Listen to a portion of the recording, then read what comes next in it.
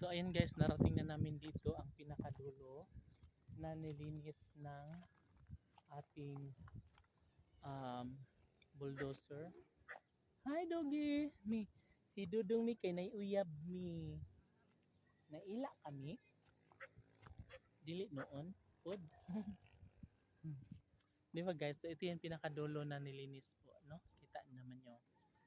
So ito yung pinakadaan pala. And then dyan pabahay. Sa left. And sa right naman is gagawin ring pabahay. Di ba? How perfect it is. And maganda yung vibes dyan. Diba? Perfect. And of course, maraming mga ano dito. Ayan. Yung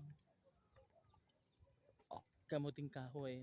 And nakikita din natin dito guys yung um, ano gaas. Oh. Ayan yung daan guys. So, malapit sa City Hall yan. City Hall. Malapit sa City Hall. Daanan papuntang City Hall. So pag nilipad mo yan, nandun yung City Hall sa baba. Diba? Ang ganda. Ang ganda dito. Ikita mo yung view sa baba sa syudad. Basta maganda yung view dito. Ala na iro dong. Alam mo so. Check. Ano? Dong, ayaw dong. Ayaw. Dudong. Friend lang, friend. Friend kayo. Friend lang ha. Dili mag-away. Friend lang, dili mag-away. Dili mag-away. Friend lang ha. Para walang sakitan. Kasi guys, yung mga aso nagpundok-pundok na dito guys, baka mag-away. So nakinig naman sila na hindi dapat mag-away, kailangan friend-friend lang. Para hindi sila masaktan, no? Di ba? Ayaw ba lang ng maraming kaibigan, walang kaaway sa paligid, yung ganun.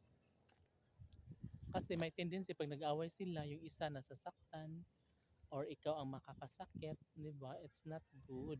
Parang napakasama natin, no, sa point na ganun ang mga posibleng mangyayari, diba? So it's better to have a peace of mind. Kailangan na magiging friend natin yung kapwa natin, no, hanggat maaari ay nararapat na magkakasundo tayong lahat, no, kasi tinan mo yung mga aso guys, pag mag-aawayan sila, syempre may matatalo doon, may mapupuruhan, so kawawa, di ba? So hindi ka rin magiging happy dahil nakakasakit ka ng kapwa mo, yung ganun. So it's better to have good attitude to others, diba? So that's all. Happy afternoon.